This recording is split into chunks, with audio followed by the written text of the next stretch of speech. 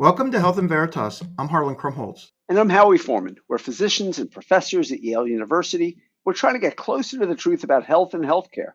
This week, we'll be speaking with Dean Jeffrey Sonnenfeld. But first, I wanted to ask you about yet another paper that you published this week, Harlan, this time on how we should be thinking about tackling untreated and poorly treated hypertension, which remains one of the most insidious factors in generating future morbidity and premature death. It's an unusual study. Can you tell us about what you did and what you found? Sure, and maybe I'll just broaden it a second. This is a paper that was led by Yuen Liu, who's one of our excellent faculty members here at Yale, and a team of people, including some trainees, who came together to try to provide insights as to why people are unable to get their blood pressure under control. What's the cause of persistent hypertension? We'd written before about this entity of persistent hypertension, people who repetitively, through many visits at the hospital or clinic, continue to have high blood pressure that seems very hard to bring down. This is part of a larger scale investigation in which we've made a very interesting discovery, Howie. We've discovered that the medical record data actually is a treasure trove of information that can enable us to identify individuals who are being overlooked, we actually call this project kind of falling through the cracks, people hidden in plain sight. They have actionable data about themselves, but the healthcare system is not really recognizing that there's something here that needs a reaction, needs intervention, needs something to be moving on. And sometimes we're finding people with diagnoses that have yet to be recognized. Sometimes we're finding treatments that need to be adjusted.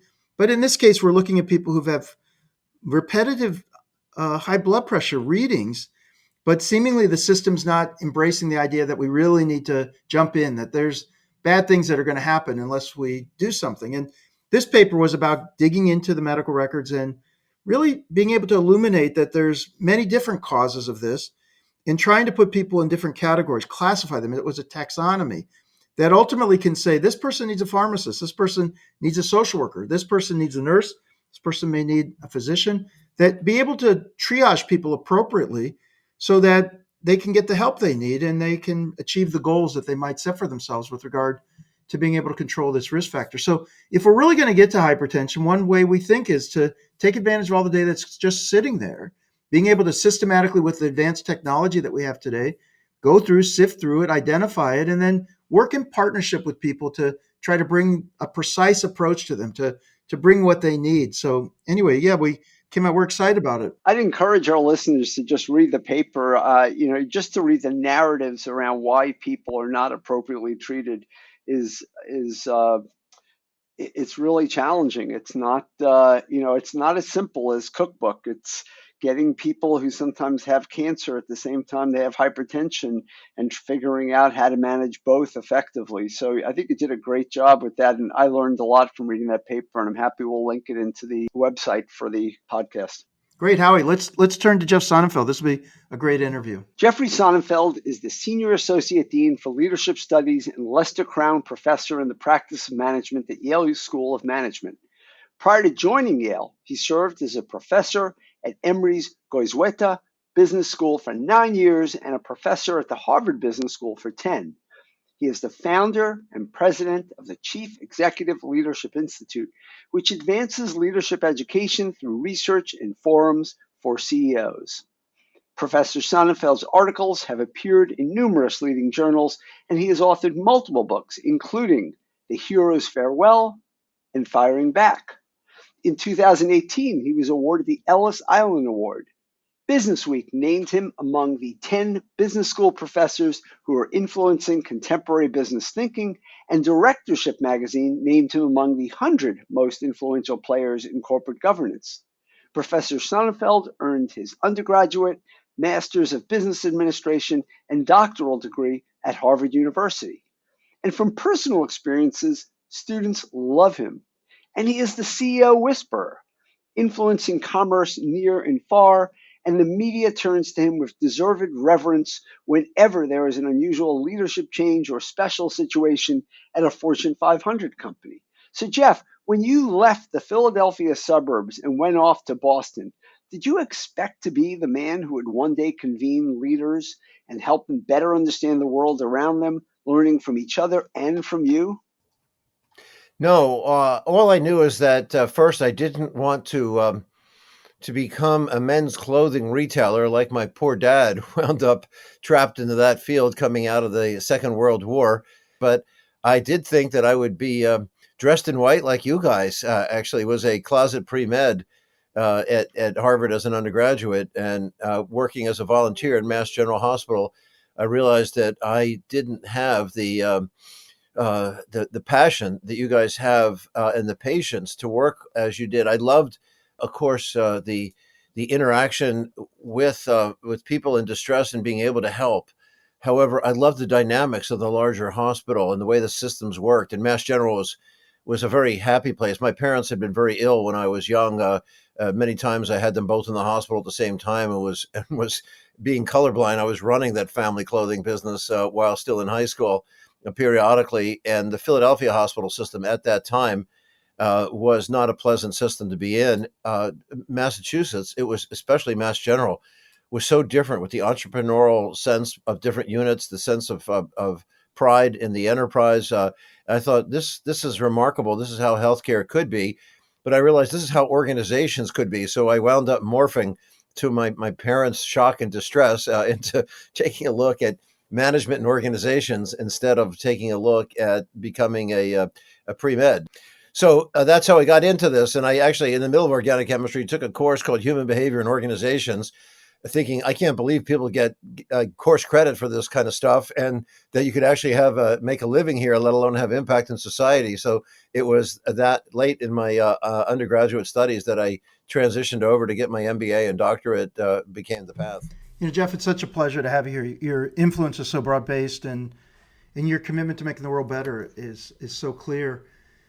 I wanted to ask you a little bit about leadership. So one of the things historically that's occurred in medicine is we've really wanted player managers. I mean, in order to have credibility on the front line, there was an effort to try to say, you need to be doing X% of your time actually seeing patients, or being able to demonstrate that you know what it's like to be in that front line area. But as our systems, our organizations, as healthcare itself has gotten increasingly complex, I've begun to believe that maybe to have had formative experience there would be useful, but actually it's an entire skill set in and of itself to run the organizations. And yet sometimes when that happens, it's hard to gain the hearts and minds of the people on the front lines, because they're used to thinking that person needs to be engaged in the actual work of the organization as well as running the organization at the same time. I mean, you've seen this in different spheres, and of course in business, it's nice for the CEO to sometimes run a cash register, see what it's like, but we don't expect that person to be spending every week actually building widgets in addition to running the company. Do you think that are there differences in healthcare that we actually should expect our leaders to be also providing care, or is that an old-time view of things? It's in some ways it's almost a Maoist view of things, but in a good way, about tilling the fields before we move in to senior leadership. And it used to be at McDonald's, you had to work your way up by working, flipping burgers and fries and things. And at UPS, all the senior leadership used to have to be, at some point in their lives, an hourly worker, largely a driver. Companies have lost that connectedness with the front lines. And I think in healthcare, too, it comes at a risk. It doesn't mean that to be a great oncologist, you have to have been a cancer patient yourself. There's a lot that, of course, you can learn by analogy and learn by the accumulated experience of others. And using that as sort of the analogy, you can be a great manager of physicians and nurses and other healthcare professionals, even if you haven't had first line patient and service delivery experience as a career, but you need to have a sensitivity to it.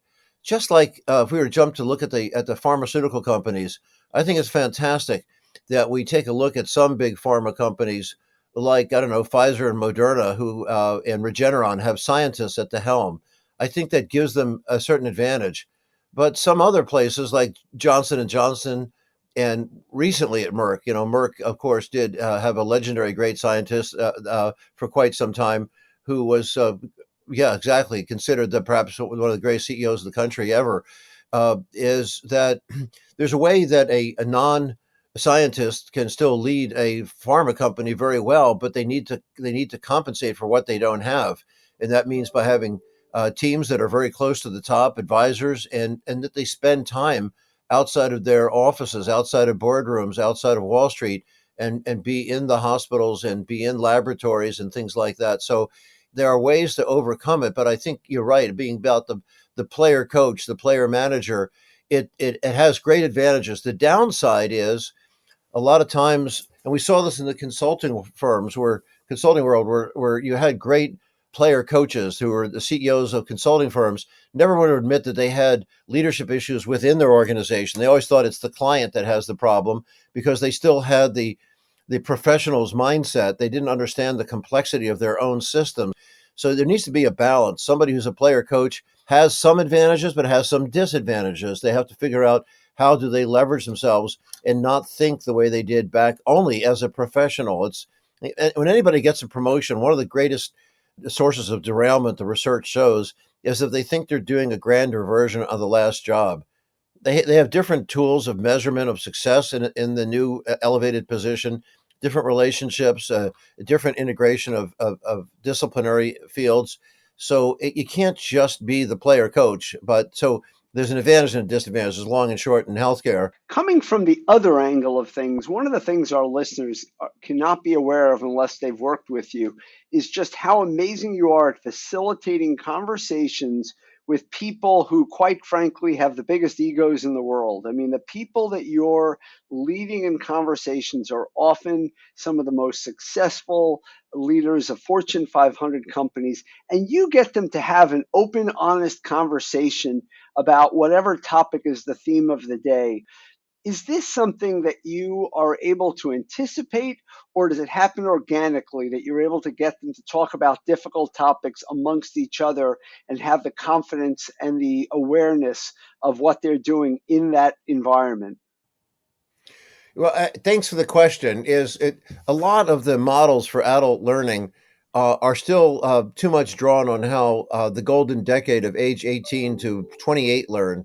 Educators were trying to say, how do adults learn? Adults learn, but it's a lot more pragmatic. Our CEOs are action oriented people. They also are smart. Many of them are as smart, some of them smarter than our academic colleagues, but they learn differently, not just in that it be more pragmatic, is that they move on to different topics. We recently took a large group of top executives through the Metropolitan Museum of Art, and Dan Weiss, the CEO, figured this out very quickly. He gave us a tour guide to go through the place, where I thought she must have been on speed and wearing rollerblades, and the execs loved it because we got through 80% of the museum in 90 minutes. Any art historian would have been horrified, but for what they wanted to learn, that's the way they learn. They go through things very, very quickly, and we move from topic to topic. We'll take on an issue, whether or not it's healthcare and looking at pandemic issues, or taking a look at supply chain issues, or looking at social impact, voting rights, and racial justice and gender parity. Whatever it is, we move to different topics. So if you stay with the same thing for more than 90 minutes, they start to get frustrated because that's just not the way they think. So also, we don't have ever a passive audience. It used to be in the beginning. We've been doing this about 35 years. In the beginning, their offices all wanted to know who else was there and what is she or he going to have to speak, to do a hit and run delivery. There are no speeches. We create a 3-foot, 2-foot, 1-foot amphitheater, the way the Greeks would recognize. It's a 180-degree semicircle. They can see each other, and there's no raised dais, no stage, no dreary PowerPoint presentations where somebody drones on or reading off a teleprompter.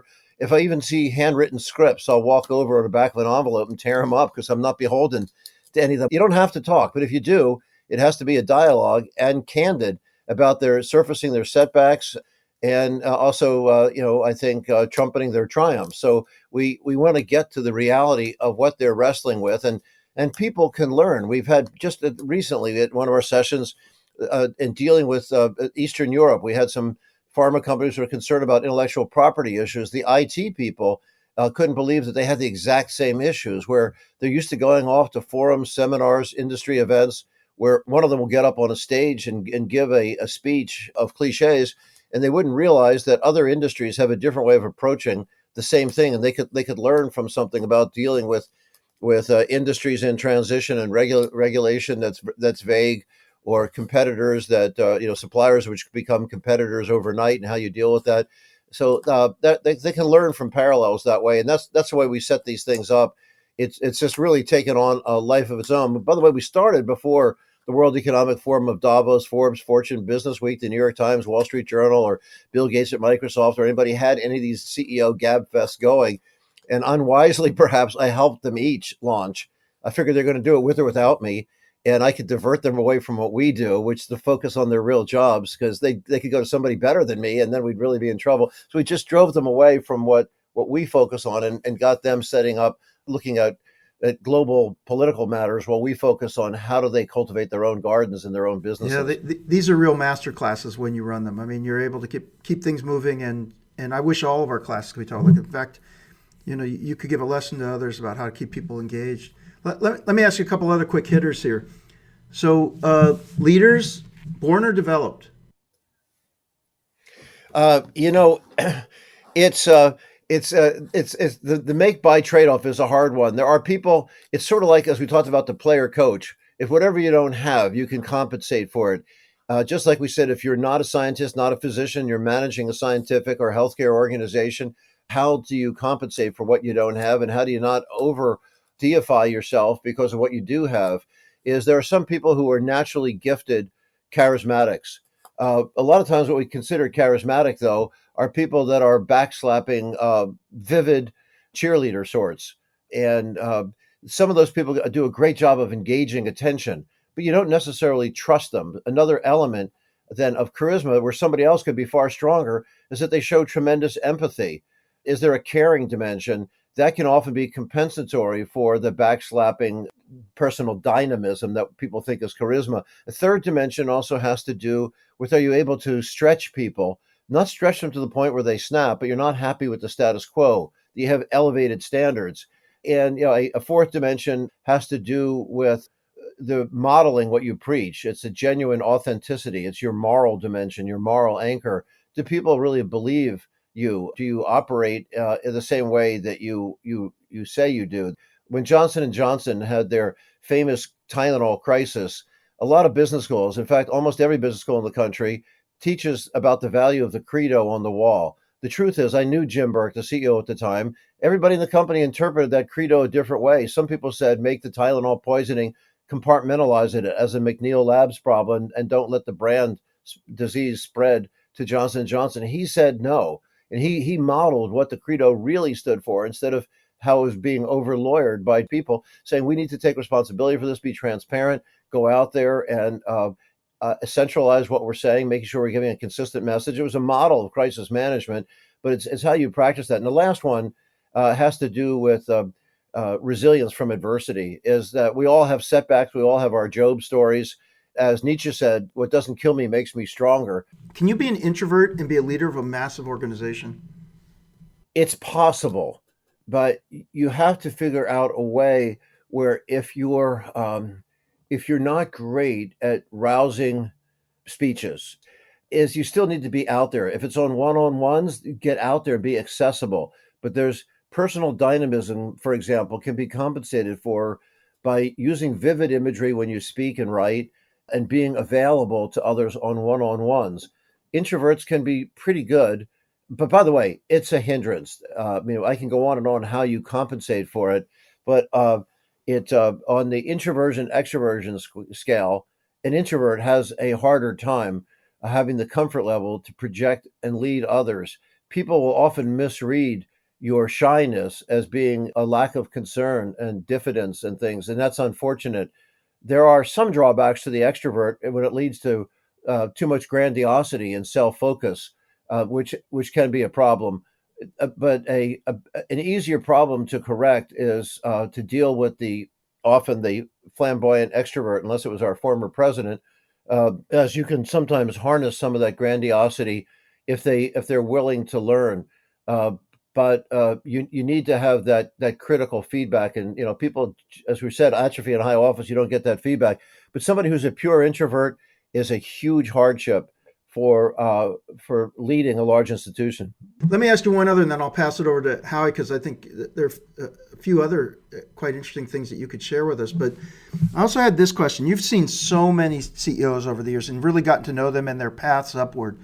I wonder, to what extent do you believe that the people who become CEOs in these positions, the leaders, it's serendipity versus planning? There was an article that was in Fortune magazine about 35 years ago, called Luck and Careers, which was ironically in a magazine called Fortune. And in there, it was all talking about, with CEOs at that time, we're talking about the serendipitous, accidental opportunities they had. Unless you knew those people or drilled down deeper in the stories than the Fortune magazine article went, you realized it wasn't really pure serendipity. There are unexpected opportunities and setbacks that come along, but as Louis Pasteur advised, that chance favors the mind that's prepared. These people had set up opportunities. If they knew who was going to be riding at 30 Rock in the elevator, which elevator bank they would take at Rockefeller Center when they took on that job to be an NBC page or whatever it was, they tried to manage the opportunity so they would be there if certain things would happen. It's just like there's uncertainty in the financial market, there's uncertainty in a product market, there's uncertainty in the labor market with careers. It's sort of a bounded serendipity, maybe. You try to manage the odds favorably your way. And that's true of career advancement too. It's not sheer luck. There's more than luck. A lot of it has to do with preparation and managing the context, and also the reputation that you build, that people trust you and you can prove your competence in the sequence of assignments that you take. There's some people who are perpetual malcontents. I've studied people for 45 years that were graduates from the Harvard Business School. One of the sort of tragic things that may not surprise the two of you is that the group that I actually took a look at in 1975 that were unhappy and a group that was a little more happy on campus had very different job search patterns. Those who were out recruiting for a gazillion jobs all across the board with no focus were the unhappier people back when they were on campus. And a fifth reunion, they're the ones who'd gone through already 4 jobs in 5 years in a perpetual search, a quest for happiness. The people who had a little bit sense of focus, it had nothing to do with how much income they had, by the way. There were Bain consultants that were unhappy, and Bain consultants were very happy. There were Goldman Sachs bankers that were happy and unhappy. But it had to do with something. Those of us who believe in adult development, I hate to suggest that there was anything that's predetermined here, but something which does seem to matter is that if you recognize you're a perpetually unhappy person in search of opportunities that never seem to be there, that maybe you need some perspective, some counseling, some friends, some kind of a support system to deal with it, because people often have an opportunity to advance that they miss because they seem so desperately chasing the short-term break. Jeff, just in the last couple of minutes that we have, quick question. Healthcare is a very big part of the pie for every business in terms of employee benefits, in terms of its impact on the health of workers and so on. And yet I think change is really slow. It's sclerotic. We don't see the type of dramatic change there as we do in the technology industry or in the manufacturing industry for that matter. What lessons have you learned, or what ideas do you have that might jumpstart change on the employer side that might help us move the needle in terms of both cost, quality, value for healthcare in America? Well, just in a nutshell, we're 70 years into this problem, and people are still shell-shocked as to how this is on the agenda of employers. Is in the 1930s, this was not a responsibility of any employer except a few particularly paternalistic or utopian employers from an earlier century, literally. But and FDR was considering, as you know, universal health care, and decided to let it go, unfortunately, during the Depression. In the 1940s, then this became a responsibility of employers. In 1942, there was a law that was passed that basically, as they were trying to put a cap on wage growth at the time, 1942, employee health care was exempted from any of those kind of tax considerations. In the year I was born, 1954, there was even a bigger change in the tax law that made it very attractive for employers to try to compete on health care. But what what a lot of CEOs won't say to you publicly is they are bedeviled as to why healthcare. Why not, why aren't they responsible for employee housing? Why aren't they responsible for employee nutrition and food? Why not employee education and the quality of communities and public safety and other areas where they would argue are just as important as their employees' healthcare? How did this? Well, it became an administrative duty that evolved accidentally. You talk about serendipity. That was serendipitous. If we look at our trading partners in Europe, it's almost every EU country has a nationalized healthcare, as does Canada, but it varies. If you look at the Scandinavian countries, it is only 10% of people have private healthcare or so. It's 50%, though, in other parts of the EU, with depending on income level, what's covered. In the US, we don't have any of that. So the employers are confused when they look globally. You know, in China, as Howie, you know so much about it, and I think you've done a lot to help them think through a template for how they approached it, where they had some degree of a tabula rasa. Is so that's one issue, is how do we get into this that CEOs are concerned about. Another one is when you look at some innovation that's been tried, like you remember when Amazon, JP Morgan, and Berkshire tried, of all things, the Haven program that blew up on them. And that's the second problem that has to do with the entrenched interest for people, or why WebMD never accomplished what it was supposed to do back 25 years ago. Is healthy on is because people saw there was an advantage to holding on to data slow. They didn't want to facilitate faster payments. They liked the float. And the third problem is, and I chaired something with President Bush 41 and Dianne Feinstein, it was called National Dialogue on Cancer.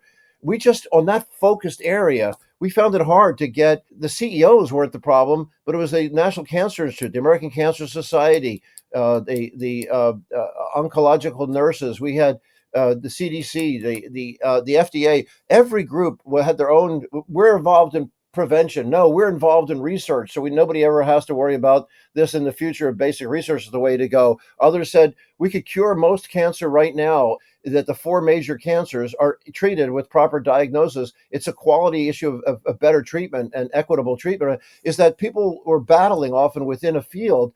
So when we looked at the Affordable Care Act, it was the then CEO of Pfizer. It was the only person who really tried to pull everybody together, Jeff Kindler, who had other problems with his own boardroom. But he found he couldn't even get the CEOs in the healthcare arena, the payers, the finance companies, the insurance companies, were completely different interests in the than the device makers, and of course the drug companies and the providers, the hospitals. He couldn't get them to agree, let alone the rest of the business roundtable. He's just so frustrated. So the entrenched interest, it seems to be the biggest problem, and also the confusion as to how this became an employer responsibility, and so many of our trading partners don't have it. But that's that's in a nutshell. It's probably I more will of a tell you, ramble. I'm convinced that if you would bring them all into your leadership institute and have a conversation, that you could move the needle, because I think that you are the CEO whisperer.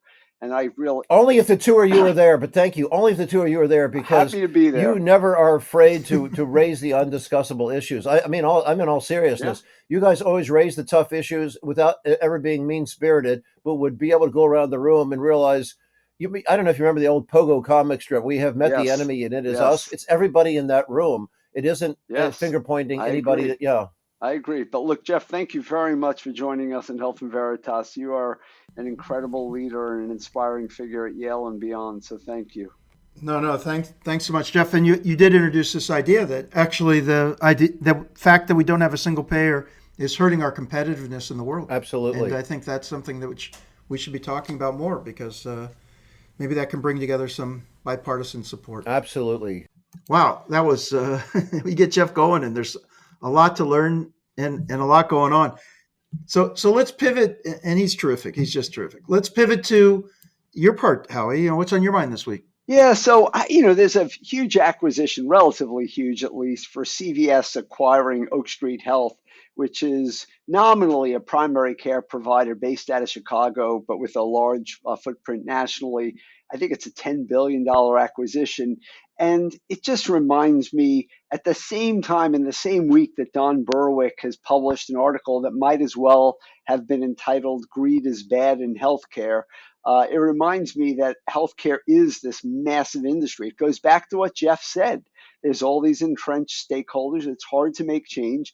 And what do I see out there? I see companies like Amazon acquiring One Medical, which is basically concierge and high-level primary care for middle class and richer individuals. And I see CVS acquiring practices that serve probably the most profitable segment of the insurance market, that being Medicare Advantage. This on the top of another release from government about the fact that Medicare Advantage has been overbilling government over the last 10 years. And it goes back to what you said earlier, Harlan. Short of us moving to a single payer system or some more nationalized system, we're going to keep having profitable, entrenched interests dominating our healthcare delivery space rather than letting value and quality dominate the space. Yeah, so other people might say to you, Howie, that, hey, this is introducing competition to the system. And there are people investing large amounts of capital to actually disrupt and redesign the way in which primary care works and the way in which the healthcare system is organized. And that the legacy organizations have been sort of sitting pretty for a long time and have had little impetus to change. You know, I often say little evolutionary pressure in healthcare. If you're a big healthcare system sitting, very happy within a healthcare market, and now these other companies are going to come in and say, hey, if people aren't really satisfied with their current care with you, we're going to give them other options.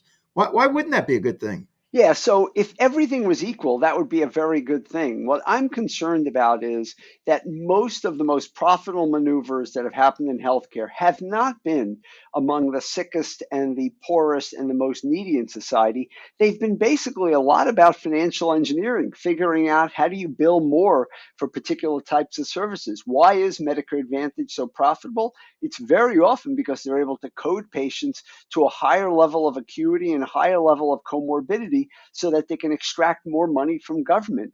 Medicare Advantage, from the moment that it was conceived in 2003 to today, is the most profitable segment in the health insurance market. What's the least profitable segment? The uninsured, the Medicaid population. No one's really going after that population. All of these acquisitions that we see, all the commerce that is occurring, is happening on the up end of the market. And what I worry about is they're going to pick off the most profitable patients and they're going to leave behind the people who need care the most. They're going to be left behind. And I'm worried that that is just getting worse and worse. And that's why we're seeing our larger academic health centers or larger hospitals are losing money right now because they're the ones who are providing care to these populations. Well, I think there's some innovation that's occurring across the spectrum. And I did see that CVS also created a recent partnership with Rush University Medical Center in Chicago. Rush is very committed to very disadvantaged areas within Chicago.